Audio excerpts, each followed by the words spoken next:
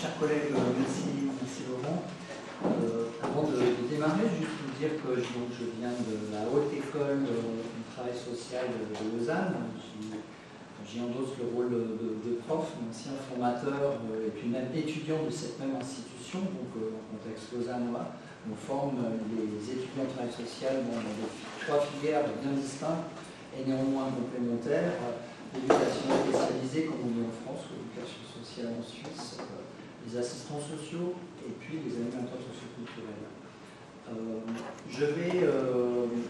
J'introduis aussi ma collègue que vous voyez ici, collègue qui s'appelle Camille Montefusco, qui vient de nous rejoindre dans l'équipe de recherche qui va démarrer prochainement sur l'activité des anciens formateurs, copilotée de Laurent Filietta, équipe à laquelle je suis associé, sur la question, dans cette présentation, de l'analyse des interactions en travail social, une ressource pour le travail et la formation.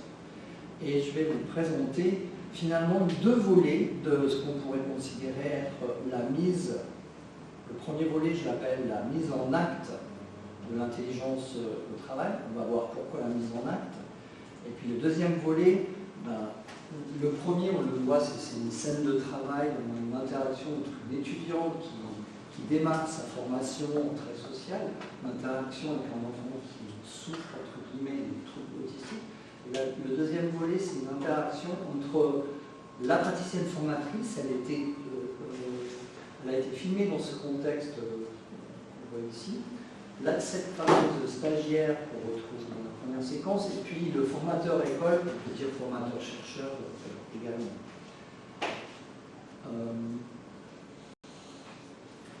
Mais avant de partir et de vous montrer quelques séquences vidéo qui illustrent ce que je considère être la mise en acte, la mise en mots de l'intelligence, j'aimerais quand même vous présenter un peu le contexte du travail social en quelques mots, avec deux auteurs, Ravon et Yon et Franken, pratique, savoir et professionnalisation d'une part, et puis d'autre part, il y a un auteur qui s'est appuyé sur la phronésis d'Aristote, sagesse pratique, pour penser la professionnalité.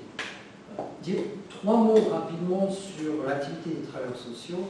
Finalement, ils disent qu'il y a un fractionnement temporel de leur activité, succession d'actions de nature extrêmement diverses, occasionnelles, ponctuelles, ne jamais s'arrêter dans un espace-temps clairement distinct, beaucoup de mouvements, réunions, commissions, entretiens, élaboration de projets, rapports et comptes rendus.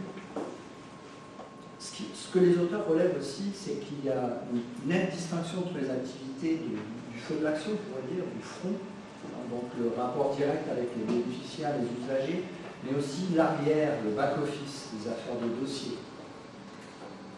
Un autre point, puis là, je ne l'ai pas choisi par hasard, vous voyez, vous comprenez vite, l'omniprésence du langage, de l'aspect relationnel dans la pratique du travail social.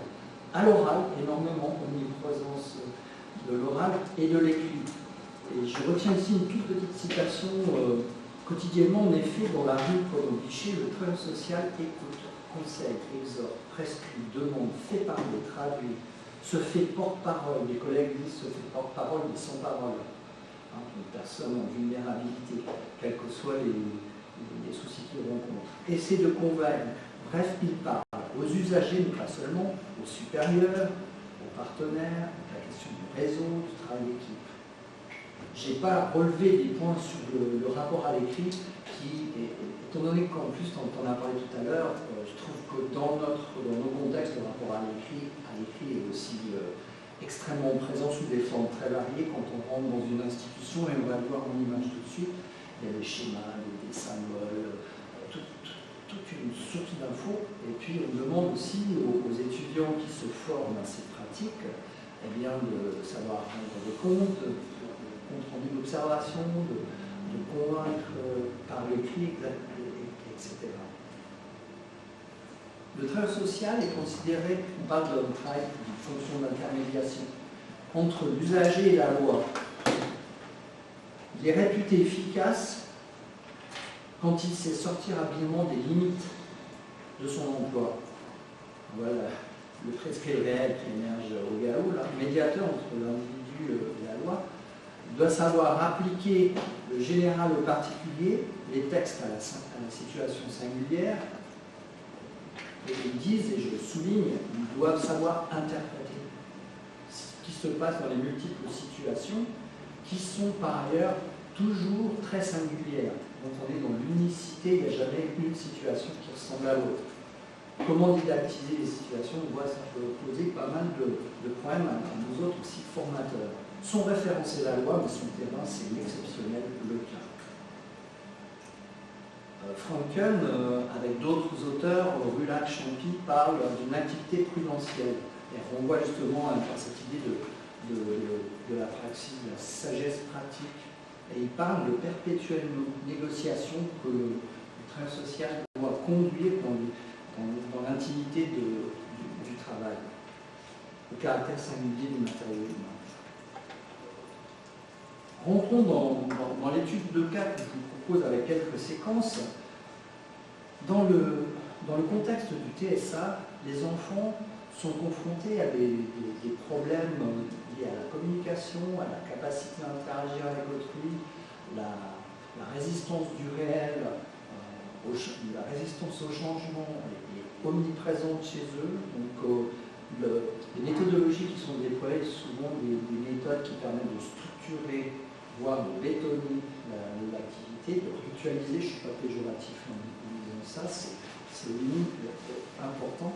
Et on voit par exemple ces trois situations. Se mettre au travail, c'est tout un programme. Là, on voit des supports imagés, un cadre spatial qui oriente l'action, c'est pensé par les acteurs. On voit ici, vous avez une petite séquence vidéo, qu'il y a de la multimodalité, on va voir que ça, on va voir beaucoup de ça. Demander de l'aide, c'est pas aussi simple qu'on le pense dans ces contextes-là. Attendre son tour, socialiser quand on souffre des compétences à être avec autrui, c'est aussi difficile. Ça ne veut pas dire qu'il ne faut pas des activités de type socialisant. J'ai retenu une citation d'une pédiatre, psychiatre qui travaille à Paris, que je trouve qui est en phase avec nos conceptions de l'interaction. Il dit dans l'autisme, ma manière d'interagir avec un partenaire est si atypique que la réponse du partenaire l'est aussi. Cela entraîne des difficultés d'ajustement réciproque qui se renforcent l'une l'autre. Dans nos travaux, on analyse des interactions dans une perspective située que vous avez présentée et que je ne vais pas développer maintenant. On est toujours en train d'essayer de déployer par l'analyse du grain fin de ces ajustements, de cette coordination d'entre l'action. Là, on voit que c'est problématique d'entrée de jeu. Donc, du coup, la question qu'on peut se poser, c'est comment s'y prennent les stagiaires, ce qu'on va voir ici en travail social, pour s'ajuster.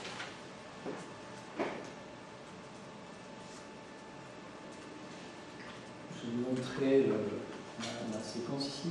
L'usage du pictogramme pour une modalité qui permet de s'affranchir de la parole, en tout cas d'aider les interactants, les jeunes à communiquer, de la structure, des couleurs, une organisation très ritualisée. Voici une séquence qui est très brève, où on voit un jeune enfant qui a besoin d'aide pour observer la scène. Au revoir.